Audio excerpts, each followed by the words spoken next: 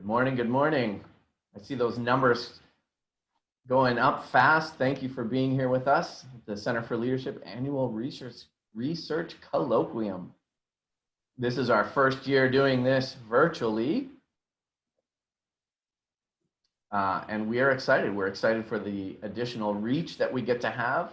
If people can't make it to campus, it's not a problem this year. And so for those of you who've been part of our webcast that we've been running since May, welcome. For those of you who this is the first time that you've ever been and engaged with the Center for Leadership, welcome. We're glad that you are here. We have all kinds of other ways that you can engage with us that I will briefly talk about too, but we're excited here to dig into the annual Leadership Research Colloquium. This is now in its 9th year, and we have had a fantastic opportunity to welcome phenomenal scholars from FIU, from the community of Florida, and really even also from across the nation and really even globally as well. We've had scholars come from as far away as Hong Kong to present, and we're excited that you are here with us today. And we've got some fantastic, really interesting topics and two fantastic scholars here with us this morning. We'll give it another minute or so, and then we will dig in. So as I mentioned, this is the 9th year of the Leadership Research Colloquium. This idea, we had this crazy idea about 10 years ago. What if we were to get scholars to talk about their research in a kind of a little bit of a research light way, in a way that's approachable, but really dig into their research? Who would be interested in hearing this, right? Because oftentimes we have these kinds of talks and we share our research within the academic community, and sometimes that gets shared out in like a Harvard Business Review or something like that. But what would this like if we just mashed it all together and had 2 or 3 fantastic scholars present and then had a discussion around that? And what really never ceases to amaze me is what a diverse, fantastic group of people we have from across sectors. We have people representing the FIU community, from faculty and grad students and staff and undergraduate students to people from a variety of sectors across all kinds of levels. And so we love it, and we're looking forward to your engagement here with this. And we want to also give you a chance to ask some questions. So just to give you a little bit of an overview of the format of how we're going to approach today, we're going to welcome Jackson first, Dr. Jackson Liu, and he will present for about 15 minutes. We'll take a couple minutes of questions, and then we'll move on to Shannon, and we'll take a couple minutes of questions, and then what we want to do is have a larger and broader discussion with the 3 of us and with you. Feel free, if you have questions or ideas, put them in the chat, and we'll try and get to them if we can. I've asked the presenters to not pay attention too much to the chat while they're presenting, because it's a little bit of a challenge to do that. So we'll kind of monitor that, and if we can get those questions in, or you can at a later point in time also do that as well. So with that, I think that we will get started. So I want to introduce Dr. Jackson Liu, who is the Mitsui Career Development Assistant Professor of Work and Organization Studies at the MIT Sloan School of Management. He has a PhD from Columbia Business School, and his research has been featured in all of the top journals, Journal of Applied Psychology, Organizational Behavior and Human Decision Processes, and these are sort of technical journals, but he's also been in Harvard Business Review and been featured on NPR, Boston Globe, Washington Post. So a lot of his research really makes it out, right, of the ivory tower. In 2019, here's a particularly notable fact about Jackson. 2019, he was selected as one of the 40 best business school professors under the age of 40, and by Poets and Quants. And that's a global ranking, I believe, correct, Jackson? The Poets and Quants one is not just within the US, across the globe. So we're excited to welcome Dr. Jackson Liu. Take it away. Thank you, Nathan. Thank you for the invitation. So let me try sharing my screen, and just to make sure it's working.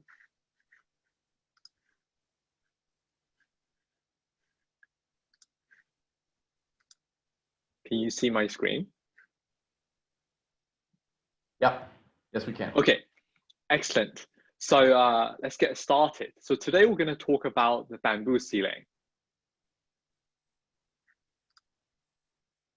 As some of you know, Asians are commonly known as the model minority in the United States. There's a running joke where it said, I must get an A because I'm an Asian, not a Bayesian. Indeed, on average, Asians have the highest educational attainment in the United States. If you look at the percentage of Asians with bachelor's degrees or above. And researchers consistently found that all Asian subgroups, that is East Asian, South Asian, Southeast Asians, they outperform other groups academically. Relatedly, they also have the highest median income in the United States and the lowest unemployment rate. So because of their overachievement, if you would say, sometimes when I talk about this research, the audience will say, well, aren't Asians doing just fine? Why do we need to allocate extra attention to them, right? But if Asians are the model minority doing so well in the United States, you would expect them to overly represent in leadership positions in the United States. But my question for you is, can you think of any prominent Asian leaders? In fact, I think because Asians are believed to be doing just fine, their challenges have received limited attention from scholars and practitioners alike. In contrast, the vast amount of research on the glass ceiling faced by women, there's very little research on the bamboo ceiling faced by Asians. It's called the bamboo ceiling because bamboo has the largest areas in South Asia and East Asia, and obviously has important cultural prominence. So recently, scholars and practitioners, mostly practitioners, have started noticing this issue of bamboo ceiling. For example, on the Wall Street, you see a lot of Asians at the professional employee level, but there are very few Asians at the executive level. Similarly, in US law firms, whereas 11% of the associates are Asians, only 3% of the partners are. In fact, Asians, they have the lowest partner to associate ratio in law firms.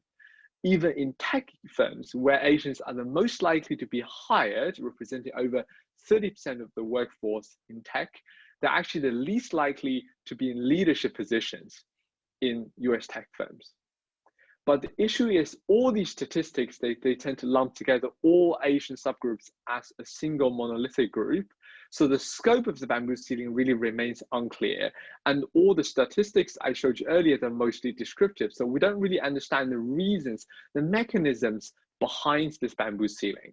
So therefore, our research, which was published earlier this year in the Proceedings of National Academy of Sciences, is the first to systematically explore the scope and the mechanism of the bamboo ceiling. What we did is that we systematically compared the two largest Asian subgroups in the United States, East Asians and South Asians.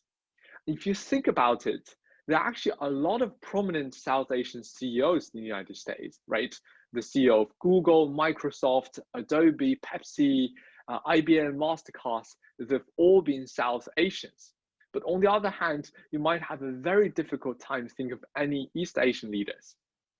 So in terms of the potential mechanism of the bamboo ceiling, we interviewed a lot of people, diversity officers, leaders, employees, which led us to examine three potential mechanisms: intergroup, intrapersonal, or interpersonal. I'll talk about each of them one by one.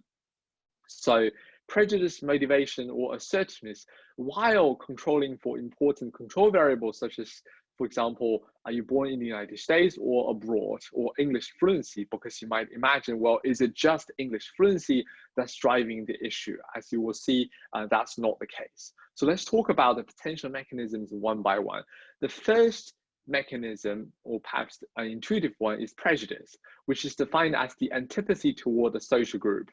As many of you know, prejudice, there's a lot of research showing prejudice, explicit or implicit, towards non-white in the United States, including towards Asians. But what about prejudice faced by East Asians versus South Asians? In fact, anecdotally, South Asians might experience more prejudice than East Asians. For example, after 9/11, there was a lot of implicit or explicit prejudice towards South Asians because of their, for example, skin color or physical resemblance with Middle Easterners. So it seems South Asians are able to transcend the bamboo ceiling despite facing more prejudice than East Asians. If that's the case, then prejudice would unlikely be the main reason for the bamboo ceiling. The second potential mechanism is motivation. Right? As I showed you earlier, all Asian subgroups, they seem to outperform other groups academically. But what about motivation in the workplace? It turns out there's been mixed perspectives. On the one hand, Asians are more likely to agree with statements such as most people who want to get ahead can make it if they're willing to work hard. But on the other hand, they've also been known as passive and obedient, not exerting extra effort. Relatedly, there's the question, well, do Asians actually want to be in leadership positions in the first place? There have also been mixed perspectives, right? So on the one hand, the stereotype is that Asians are more quantitative people rather than poets. So they maybe prefer, they want to be accountants rather than managers and leaders. On the other hand, because of some of the cultural differences, such as in power distance, research shows that the Asians aspire to status more than non-Asians. For example, 64% of Asians aspire to high-ranking jobs versus only 52% of whites. So again, we don't know if motivation is a clear mechanism. And the third and key mechanism I will talk about is assertiveness, which is the tendency to stand up and speak out for one's interests and concerns when appropriate. Importantly, assertiveness is different from aggressiveness because you don't have to be aggressive when speaking up in meetings, right? You don't have to be aggressive to do that. And as you can see in the definition, assertiveness is about speaking up, making a request that were appropriate rather than just being a jerk. And in fact, research shows that debate training can increase assertiveness but decrease aggressiveness. So why is assertiveness important? So according to implicit leadership theory, individuals are less likely to attain leadership positions when their characteristics fail to match the cultural prototype of leaders. In short, the prototypical US leaders, if you think about it, is someone who is assertive, because asserting one's opinion signals confidence, motivation, and conviction. And there are notable cultural differences in assertiveness. In terms of the East Asian cultures, they emphasize humility, conformity, and interpersonal harmony, right? As reflected by the well-known proverbs such as, for example, the nail that sticks out gets hammered down, the loudest dog gets shot, versus in the Western world, you see proverbs such as the squeaky wheel gets the oil. And in fact, studies have found, for example, in this interesting study where researchers asked people, who is the prototypical leader? In American culture, people are more likely to say the person on the left is clearly leading the group, whereas in East Asian cultures, people are more likely to say, well, it's actually the person in the back acting as the protector of the group who is the leader. In contrast, what we see in South Asian cultures is that South Asian cultures actually encourage assertiveness in interpersonal communication. As the Nobel Prize winner Sen talked about in his famous book, The Argumentative Indian, there's a long tradition for argumentative debate in South Asian cultures where people encounter massive arguments and counter-arguments spread over incessant debates and disputations. Although there has been no research directly comparing East versus South Asians, some observational studies have found, for example, Indians, when they communicate, they tend to be forceful, lively, use a lot of overt body language to think aloud, whereas in Japan, for example, their communication styles tend to be more modest and quiet, they use little body language and think in silence. So these perspectives findings led us to the key ideas that maybe East Asians, but not South Asians, hit the bamboo ceiling in the United States. And this phenomenon is driven by assertiveness. So to test this key idea, we conducted a series of 9 studies, and due to time limit, I will focus on 3 studies today. And the key findings here is that 1, East Asians, but not South Asians, hit the bamboo ceiling in the United States, partly because East Asians communicate less assertively. And this pattern exists for both foreign-born and US-born Asians. So it's not just your familiarity with the US culture, or it's not just your English ability. So let's look at some data. In study 1, we look at the archival data from 2010 to 2017. We looked at S&P 500 US companies, where we just tallied East Asian, South Asian, and white CEOs based on their biography, right? So I'll give you one example. For example, in year 2017, there were only 3 East Asian CEOs in the entire S&P 500 CEOs, despite their academic achievement and so on. You probably have never heard of any of these people. On the other hand, there are actually a lot more South Asian CEOs, and some of them, for example, as I mentioned earlier, the CEOs of MasterCard, Google, and so on, Microsoft, they're quite prominent organizations. And you see this pattern across all the years from 2010 to 2017. And the effects are robust if we look at a broader sample of 1,500 large cap US companies, S&P 5,000, 1,500 plus companies, you see the same pattern. What's also interesting is that the discrepancy is even greater when we accounted for population, because in the United States, the East Asian population is about 1.6 times larger than the South Asian population, right? What's also interesting is you see that South Asians also outperform the whites in terms of the CEO leadership representation. So in summary, what we see is that at the highest level of US corporate leadership, East Asians underperformed, where South Asians actually outperformed whites. So in study 2, we decided to examine senior leadership positions in large US companies more broadly. So not just the highest and most visible business leaders, but more broadly. In addition, we tested the 2 potential mechanisms I mentioned earlier, assertiveness and motivation. So we conducted a field survey on Asian employees in actual S&P 500 level companies, thanks to a nonprofit organization. And these 16 companies represented diverse industries from tech to energy to finance and so on. So we recruited about 900 East Asians and about 800 South Asians who identified the United States as the primary work location.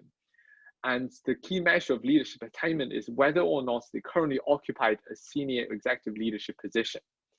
So the 2 potential mechanisms, we measured assertiveness as, for example, I speak up and share my views when it's appropriate. I'm willing to engage in constructive interpersonal confrontations. And for work motivation, we used measures such as I try to work as hard as possible.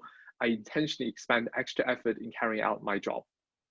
And we also measured a bunch of control variables such as US-born, tenure at the company, or English fluency, and so on. So what we see, jumping to the results, is that indeed, as hypothesized, you see a much higher percentage of South Asian executive or senior leaders compared to East Asians. And importantly, the pattern existed for both foreign-born East Asians versus foreign-born South Asians, and also US-born East Asians versus US-born South Asians, suggesting it's not just a language issue, for example. And all the results were robust in multi-level logistic regressions with all the control variables. And if you look at potential mediators in terms of assertiveness as hypothesized, we see that South Asians tend to be more assertive than East Asians. But in terms of the other potential mediator, motivation, you see that both East Asians and South Asians are similarly high on motivation, suggesting that motivation is not the main driving mechanism here. When we conducted mediation analysis, we see that indeed assertiveness mediates the effect of ethnicity here on leadership attainment, suggesting that East Asians are less likely to attain leadership positions, partly because they're less assertive. So in summary, through a large-scale field study in large US organizations, we see that in senior leadership attainment, East Asians underperform South Asians, so there are fewer East Asian leaders. And the significant mediator was assertiveness, but not motivation, suggesting that really assertiveness is the main driver. And the effect could not be explained by just control variables such as English fluency, birthplace, and education level. So jumping to study 5. So study 5, now we move to a different context. We examine leadership attainment within the business school. What's nice about this setting is that now we examine the entire MBA student body and eliminate any potential self-report biases, right? So now we have no self-selection because we look at the entire population of MBA students. And also this time we measured assertiveness with peer ratings rather than self-rating. And we tested mechanisms, again, assertiveness, leadership motivation, but also prejudice. And this time we also include additional control variables such as socioeconomic status and personality. So we collected 9 class years of about 4,000 MBA students in a business school. And which you can see we have a large sample of East Asian and South Asians. And the key leadership attainment measure here is the leadership attainment in student election. For example, who actually got elected to be the cluster chair, the social chair, and so on. And as I mentioned, this time we measured assertiveness with other ratings where student was anonymously rated by their classmates, right? With the similar measures, for example, X speaks up and shares their own views when appropriate, and so on. And we included control variables such as age, gender, socioeconomic status, and Big Five personality. Again, what we see is that consistent with the earlier studies within the business school setting, in terms of student leaders, you see that East Asians underperformed whites. So only 13% of East Asians were elected as student leaders, whereas there were about 20% of white. And again, we see consistent with the earlier study, South Asians actually outperformed whites in terms of the leadership representation. And this pattern was robust when we look at just the foreign-born East Asian versus whites versus South Asian, when we just look at the US-born East Asian versus whites versus South Asians, again suggesting it's not a language issue. And when we look at the potential mediators, other rated assertiveness, you see that there was no significant difference between South Asians and whites in terms of the assertiveness, but East Asians was a lot lower in other rated assertiveness. And again, assertiveness mediated the effect of East Asian of race on leadership attainment, suggesting it is a key driver. In terms of motivation, this time prior to the MBA orientation, all the students completed a career interest inventory, right? So they indicate how interested they are to pursue these different work activities on a scale of 0 to 3. And what we did is we computed a leadership motivation score by averaging the scores of 25 work activities that involved leadership, such as a union labor leader, a CEO, a high government official. So asking people how interested, to what extent would you enjoy this occupation, for example. What we see is that across the 3 groups, there was no significant difference. So everyone was equally interested in these leadership positions, suggesting that motivation, again, is not a meaningful or a significant mediator here. And finally, we also measured experienced prejudice as a potential mechanism, right? Asking questions. So answered, I often experience prejudice because of my ethnicity, or sometimes I'm treated unfairly because of my ethnicity. So you see is that obviously, and not surprisingly, whites experience the lowest prejudice and Black the highest. But what you also see is that East Asians experienced lower prejudice than South Asians. So South Asians actually experience more prejudice, suggesting that prejudice is not the main mechanism because South Asians are able to transcend the glass ceiling, the bamboo ceiling, despite experiencing greater prejudice. So in summary, what we found is that consistently, East Asians are underrepresented in leadership positions in the business school as well, where South Asians again outperform whites in this case. And assertiveness is the key mechanism, is the key mediator, but not motivation or prejudice. And again, these effects could not just be explained by control variables such as US-born, personality, and education levels. So today, I've had the opportunity to present 3 studies very briefly. So in conclusion, what we see is that East Asians, but not South Asians, hit the bamboo ceiling in the United States, partly because East Asians communicate less assertively. And this suggests that the bamboo ceiling is really not actually an Asian issue, but an issue of cultural fit. It's a mismatch between East Asian norms of communication and American norms of leadership. So with that, I really want to thank you for your attention and welcome any questions. Thank you. Fantastic. Really, really interesting. And so I'm going to relay a few questions here, and then we can have a broader discussion after for some folks. Just as a cue, someone asked a question of, wow, can I watch this again? And the answer is yes. This will be posted. This will be posted on our YouTube channel later this week.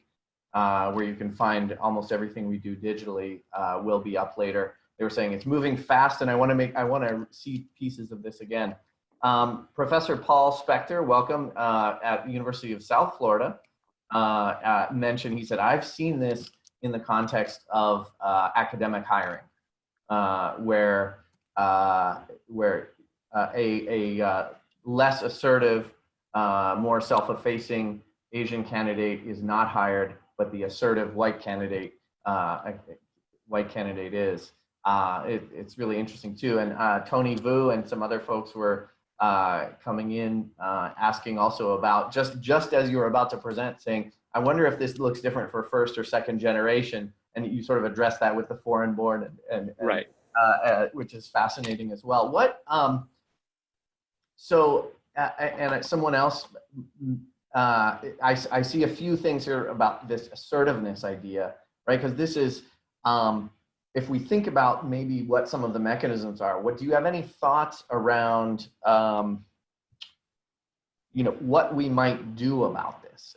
Because I think of, in some cases, particularly because women are often seen to be less assertive, that right. sometimes there are assertiveness training, right? So I mean, it's not actually uncommon to see that in the context of some leadership development initiatives, particularly that are focused around women. Do you have any thoughts around what might that be an intervention? Yes, fantastic question. If you don't mind, I'll quickly share some slides with you. Let me quickly share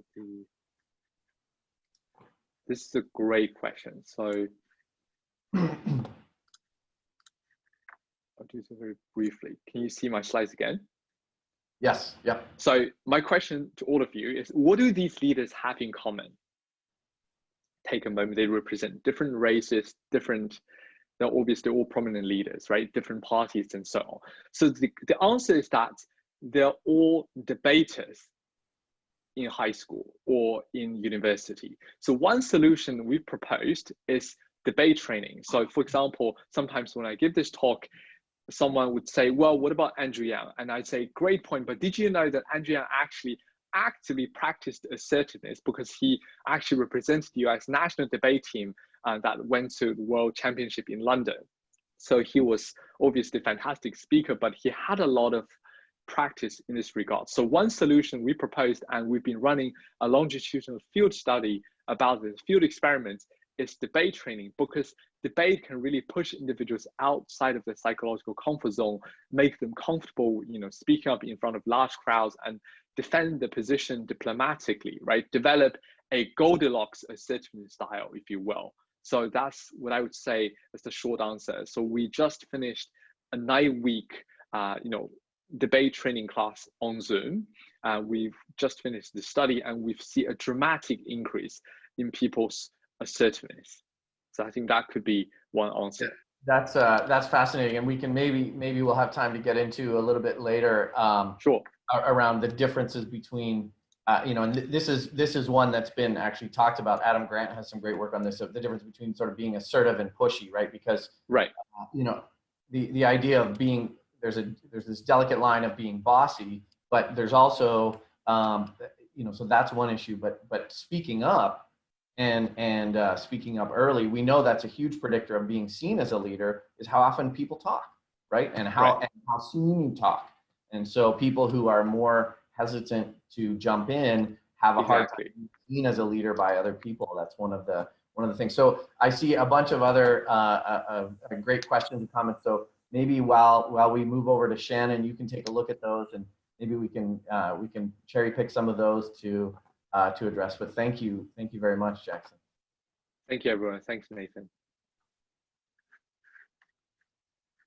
So fantastic. There's so much to chew on. I think, to me, one of the things that's so interesting is that we often don't. This is a bias that we, and Jackson and I were talking before. This is a set of sort of perceptual biases and/or instances of maybe unequal unequal outcomes that we need to explore, that many people aren't aware of, right? Like you said at the beginning and intro. I think it's fascinating to think of all the different ways and what the mechanisms are, and that's really important, because then we can do something about it. So really fascinating. Thank you.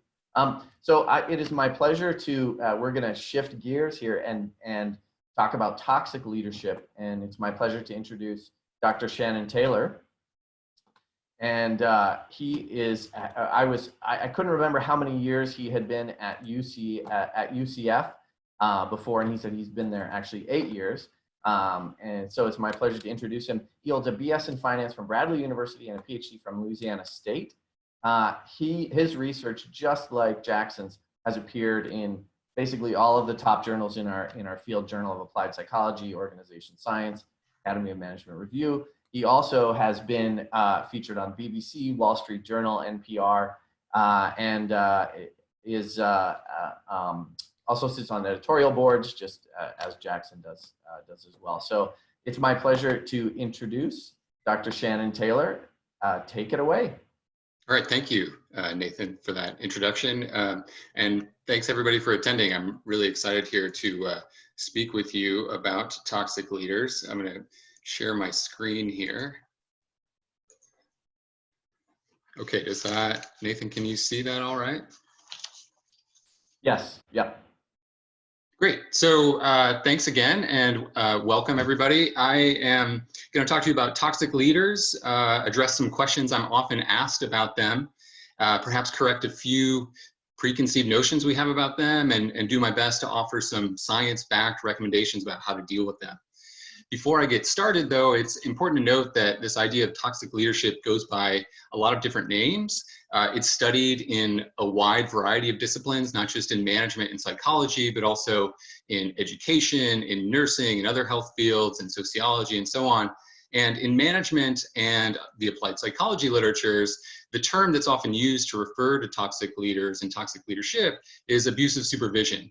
And this refers to sort of all the terrible behaviors you might expect from a boss, except for physical violence, right? That's sort of its own separate problem and research area.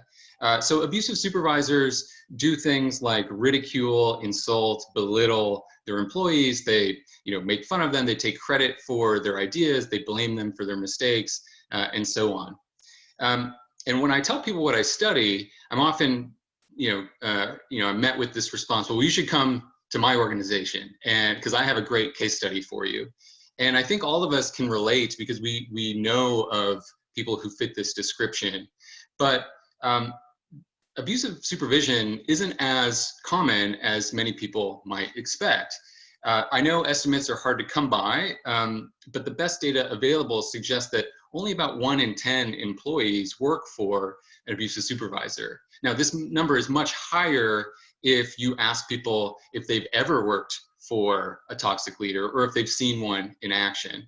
But just because abusive supervisors are fairly rare doesn't mean that they don't do a lot of damage. So I'm just going to tick through a list of all the negative consequences, or many of them at least, that abusive supervisors wreak on their organization. So, for example, people who experience this type of abuse or mistreatment from their boss are less satisfied and engaged with their jobs. They are less committed to their employers. They report poorer physical and mental health. They perform worse on their jobs. They help their coworkers less often, and they're more likely to act out, do things like steal or retaliate. And in addition to all of these terrible effects that occur in the workplace, research also shows that the effects of toxic leaders can spill over to affect employees' home lives. So in a study I conducted a few years ago, my colleagues and I found that employees who were abused by their bosses at work were more likely to be abusive towards family members at home. And we found that this occurs in large part because abused employees don't sleep well. And sleep provides us with the rest and energy we need to regulate our thoughts and our behaviors. And so when we realize that these toxic leaders can have really harmful effects on our brains and our bodies, we wondered what might employees be able to do to mitigate these negative consequences. And we found that not every employee in our sample brought this abusive behavior home with them. What we found is that those who engage in high levels of physical activity were more resistant to these stressful effects of their toxic leaders.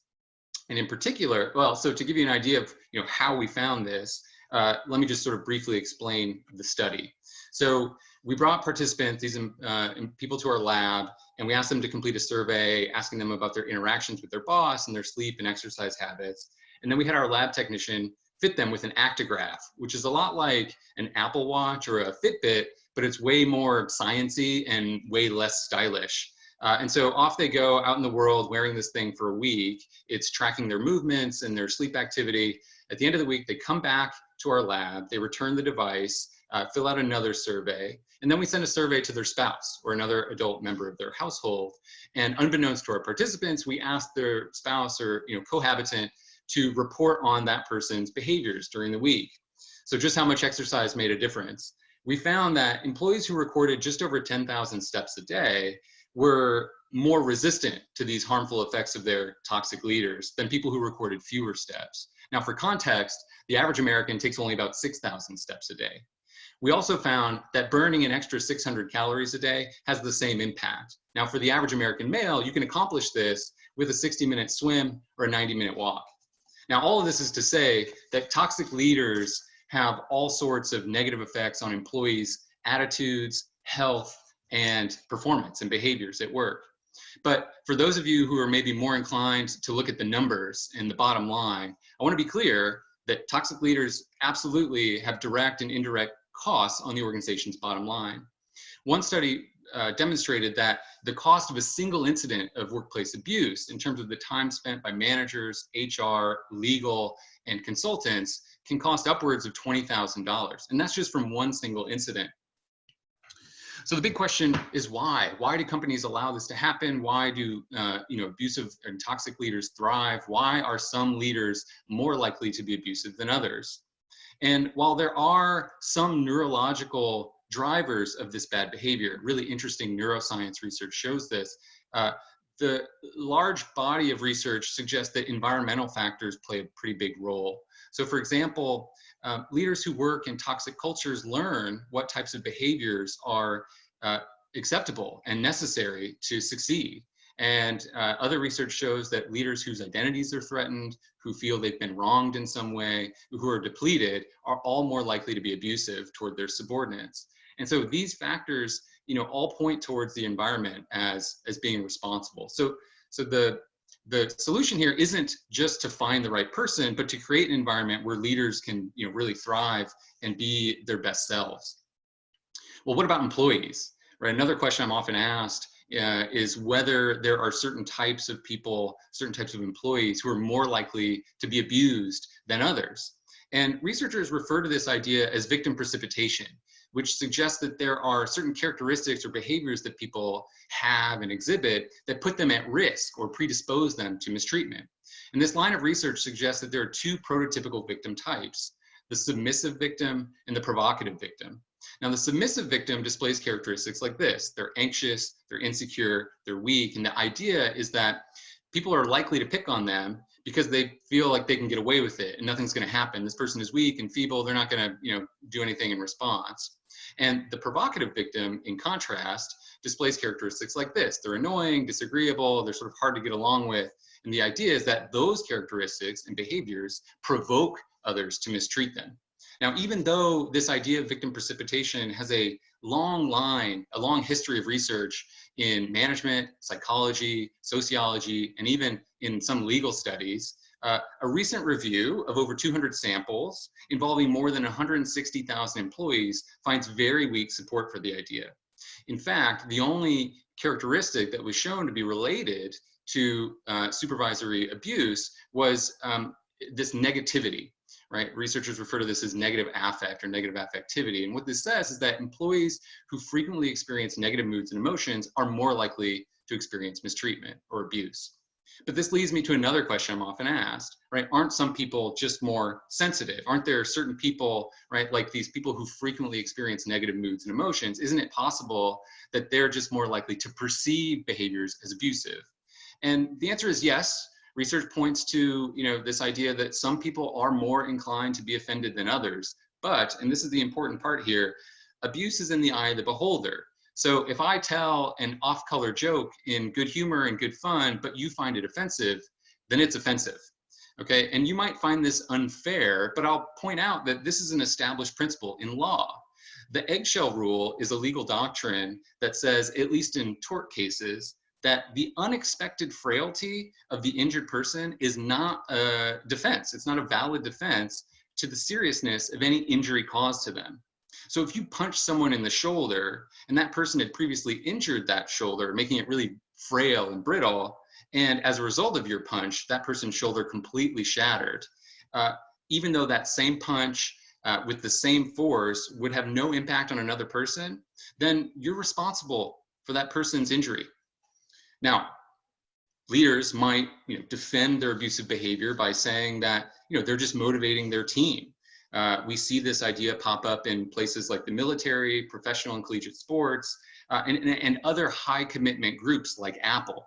Steve Jobs, by the way, notorious asshole, right? And a new study was actually inspired by the 2014 film Whiplash, played here by J.K. Simmons, plays an abusive band leader who berates this ambitious drummer in order to get him to excel. And the research shows that abusive behavior can enhance performance, but it depends on the attributed motives. In other words, it depends on the motives that the employee attributes to the supervisor's abuse. And so the study finds that abuse increases employees' helpfulness and decreases their counterproductive behaviors when they believe that the supervisor is doing this in order to improve their performance. But when employees believe that the supervisor is trying to cause harm, then this abuse has all the expected negative effects on employees' behavior and performance. Now, this isn't the only study to suggest that toxic leaders can actually improve performance. Research suggests that abusive supervision could enhance performance by increasing employees' attention to their work, by making employees fear negative evaluations, by motivating them to avoid future mistreatment, and by driving them to prove the leader wrong. But the research shows, and I have some unpublished analyses here based on 180 studies in the literature, that abusive supervision reduces performance. And it does this because it increases employees' sense of unfairness. It damages the relationship between the leader and the follower. It creates negative moods and emotions in employees, and it drains employees of the mental and emotional energy they need to do their job. So the reality is that toxic leaders are effective in spite of, and not because of, their hostility. So what can organizations do, right? So remember that abuse is a learned behavior and that the environment plays a big role. So my first suggestion from research is that organizations should take steps to build cultures of kindness and respect. And this includes setting zero tolerance expectations, not making excuses for high performing or really powerful instigators, and creating safe ways for employees to report bad behavior. This last point is especially important because employees could fear retaliation or other negative consequences for reporting on their boss. And so organizations should implement bystander intervention training, which basically works like riding the New York City subway after 9/11. If you see something, say something. But the key to making bystander intervention training work is really in the details, right? Organizations should do three things to make this effective. First, they should designate everyone as mandatory reporters. Two, they should emphasize that staying silent only further breeds abuse and further problems. And three, they should provide scripts to employees for what to do and say when they see abuse in order to stop it. Now, of course, organizations should also train their leaders to be fair, more sincere, and more mindful. Research recently published suggests that leaders who go through this type of training are later judged by their subordinates as being less abusive and more supportive. And if all else fails, organizations might distribute voodoo dolls. I mean, I'm only sort of half joking here, so bear with me. The research on which this recommendation is based won the 2018 Ig Nobel Prize in Economics, which is awarded to scientists for unusual or trivial achievements in scientific research. What the researchers did here is they asked subjects to recall either a neutral or an abusive interaction with their boss, and then to go online to this website where they could spend 1 minute virtually maiming, stabbing, and burning a voodoo doll to represent their boss, or to simply trace around that voodoo doll with their cursor. And then the researchers later assessed perceptions of unfairness or injustice. And what they find is that harming the voodoo doll restored employees' sense of fairness, right? And that participants who couldn't maim this voodoo doll had lingering feelings of unfairness or injustice, which we know reduces performance and is likely to cause people to act out. Okay. So on a more serious note, research does offer clear recommendations for both employees and leaders. Among them is to show warmth and interest to others. I mean, this isn't complicated. This is the type of advice that's given to children to combat bullying in school. But to make it stick, one hospital implemented what they call the 10-5 rule, which says that if you get within 10 feet of someone, you should make eye contact with them and smile. And if you get within 5 feet of someone, and I know we can't do this now, but if you get closer, you should greet them verbally. Simple hi, hello, how are you doing? Right? People should also set limits to their to unacceptable or acceptable behavior. I mean, you should really make it clear to yourself and to others what's okay and what's not, and then stick to it.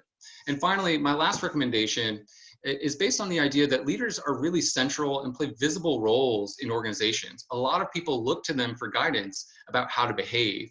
And so leaders should act as positive role models, and even if, and especially if, they don't have one themselves. Right? So if you work for a toxic leader who isn't giving you much advice or guidance in terms of how to be a good boss to your own team, right?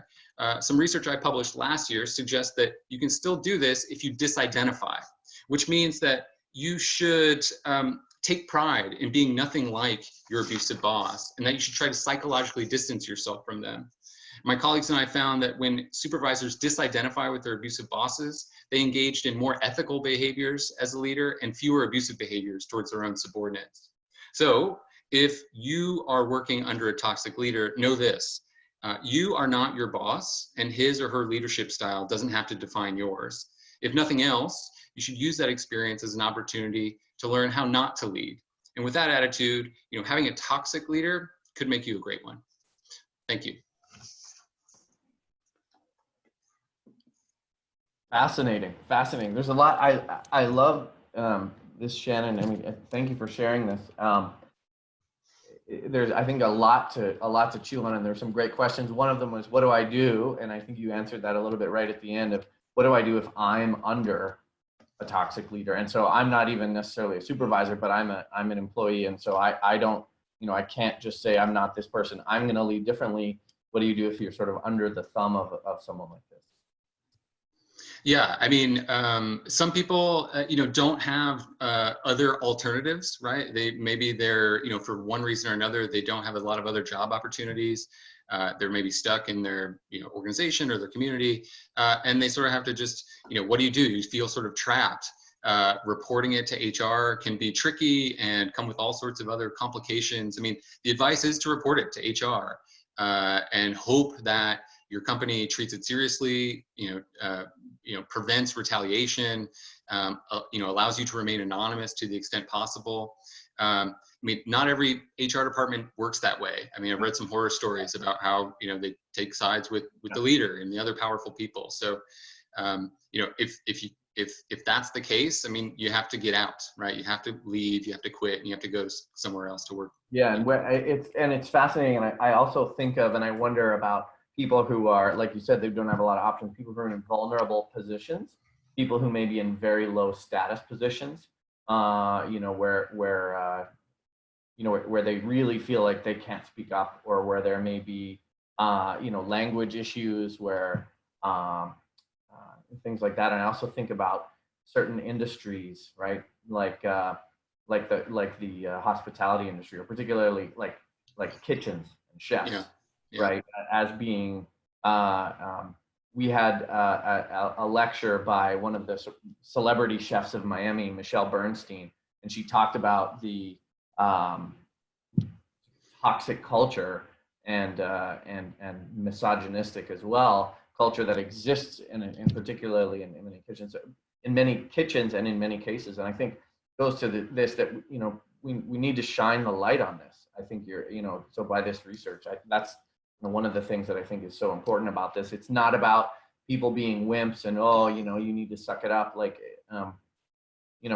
we can't be too quickly injured, but that's easy to say when when you're the one that isn't being injured, right? And so yeah, and I think some of the most promising research in this sort of area has to do with bystander intervention training. I mean, people for lots of reasons are reluctant to speak up. Maybe they're in a really precarious or vulnerable position themselves.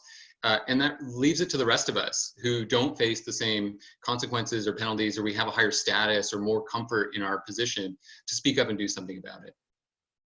Yeah, Marie Barnes asked a question: what do we do if the leaders at the top are not supportive of this, or they're the toxic ones? You know, I think it's a variant of that question. Yeah, I mean, it starts at the top, right? I mean, the top leaders set the tone. There's lots of research that shows that abusive behaviors and ethical behaviors, the leaders at the top, you know, their influence trickles down throughout the levels of the organization. And if it's systematic, if it's a big, you know, systemic cultural problem at the organization, I think most employees, you know, whether you're, you know, frontline employees or, you know, somewhere down in the lower ranks, there's not a lot of hope. I mean, I hate to be pessimistic about it. It takes a lot of effort to change. And if the top leaders show no interest in changing, then your only hope is to get out. Yeah. So Jackson, some people put in the chat here too. They say, I see some not similarities, but some bridges between the two of these presentations. As you heard Shannon presenting, did you have any sort of thoughts or ideas, or tell us what you're thinking? Let me think. So first of all, amazing presentation. I really enjoyed it, learned about a lot of interesting information. So obviously, while Shannon was talking, I was thinking about how, for example, the bamboo ceiling phenomenon like relates to this, right? What if, for example, you have East Asian employees with a toxic leader? What can they do? And so I was curious to hear what Shannon had to say about, well, basically the earlier question, what if the person at the top is a toxic leader, right? And then you have an East Asian employee who just, for example, who is indoctrinated to keep their heads down, to you know, let the work speak for itself and so on. And that could basically create a really vicious cycle for them, right? So they do a lot of work and then they don't get promoted, they don't get noticed. That could be a really you know, interesting issue. So I think one thing to look at is how different groups could be affected differentially by similar levels of toxic leadership. Yeah, yeah. I couldn't help but think too, as another bridge. So in 2019, Ajay Panapali and Sibel Ozgen and Hakpeng Sin and I published a multi-language meta-analysis on paternalistic leadership, which is a style of leadership, and it's in the Leadership Quarterly, a style of leadership that you see across actually much of the world. It originally was described to describe a leadership style in Taiwan, but I mean, if you look at it, people say, yeah, this describes my boss, and you see it in a lot of Latin American cultures. You see it very predominant in much of the Middle East.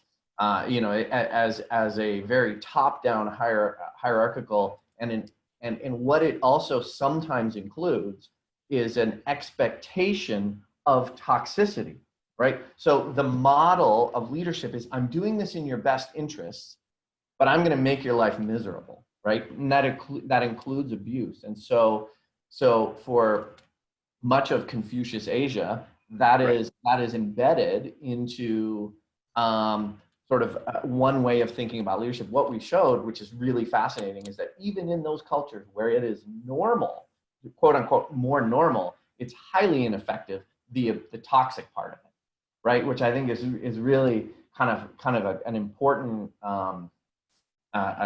you know, an important piece of this, that even where it's acceptable or people are used to seeing it, it still does not work. But paternalistic kind of has this two sort of major prongs to it. The other prong of it is benevolence, is like a parental kindness that actually turns out to be not captured by other constructs that well, and is really, really effective. And so I think if we think about in a COVID era, connecting with people and showing true kindness as a leader and benevolence and really caring about people, that that humanity part of it is I think particularly vital in the context of COVID. Anyway, so I was just, that to me, that's what I was thinking about as kind of a bridge to this.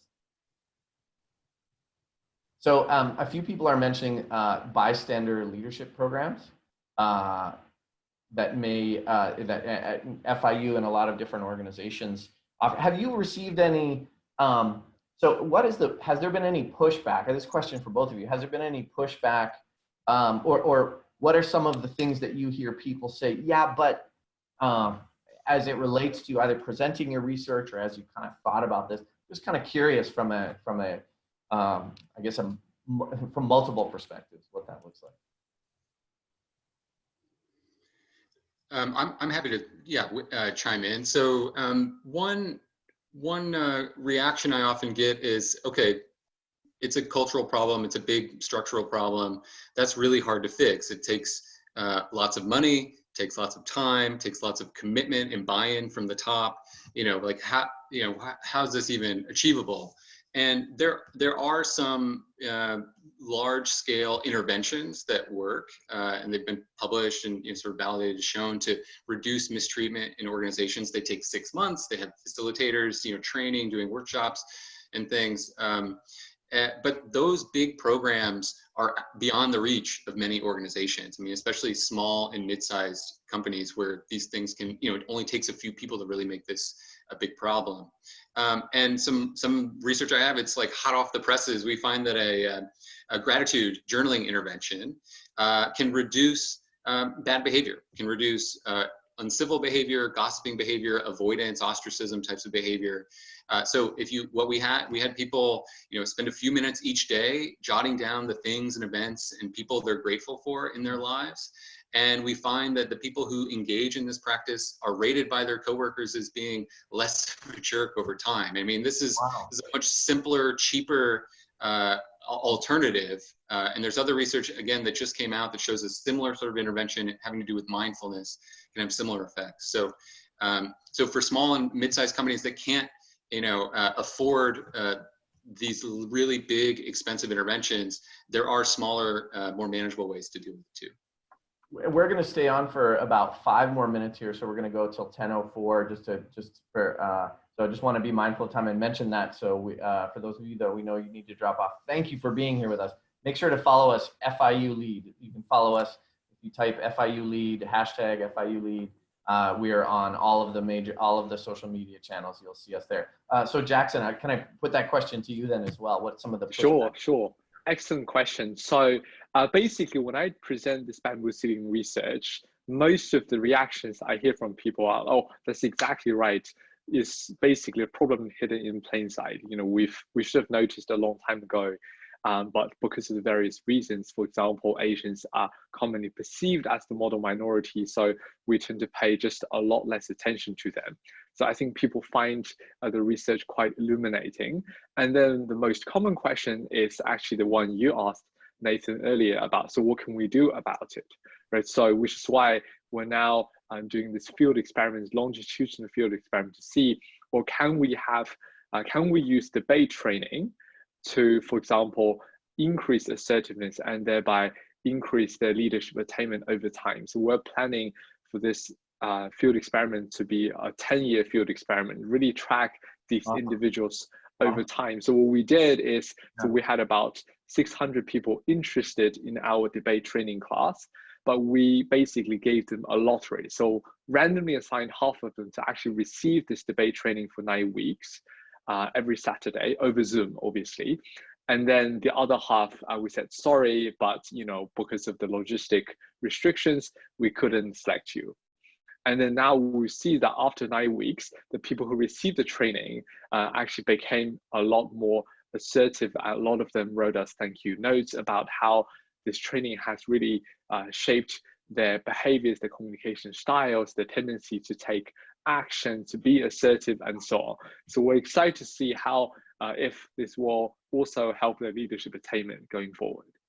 I love it. Well, we're going to definitely, we here at the center and I really want to make sure that we stay abreast of what is working in terms of these interventions. And I mean, this is exactly why we have this. This is exactly why we have these kinds of presentations, and we want to be part of and engage and also work, show with the participants who come and join us about the science of leadership, right? I mean, so when we think about this as a social science, it's not like we know some things. And what's fascinating about what both of you presented is you're actually investigating the mechanism, right? And so it's one thing to say, oh, here's this issue, but then what do we do about it? And I think that's what's really fascinating here when it comes to interventions and sort of the value of social science research, is that as we investigate these things, we could just say, oh, well, it's bias, or it's, but if the mechanism appears to be something around assertiveness, then we can tailor an intervention and we can see if that works. And then we can actually test it, right? And so, if and when, I mean, so if this shows real results, and it seems like it is already, on both of these fronts, and we think about a gratitude journal, wow, I mean, that's really interesting. That's not what some people may have just thought of would be the way to target this. We can actually create better leadership environments for employees and better organizations. And I love it. I mean, I can't wait to hear more about it. And I really want to thank everyone for being here today, for joining us. And I want to again thank Dr. Jackson Liu and Dr. Shannon Taylor for these fantastic and interesting presentations. And thanks for being part of our community and lending your expertise and energy. I want to mention one more thing that I forgot to at the beginning, and that is Dr. Jackson Liu is the winner of last year's dissertation, Alva Chapman Dissertation Award, that the Center for Leadership gives in conjunction with the Academy of Management Network of Leadership Scholars. And so another sort of connection to the center. But thank you all for your time, for being here, and thank you again, Shannon and Jackson. Thank you. Thank you. It's my pleasure. Thank you, everyone.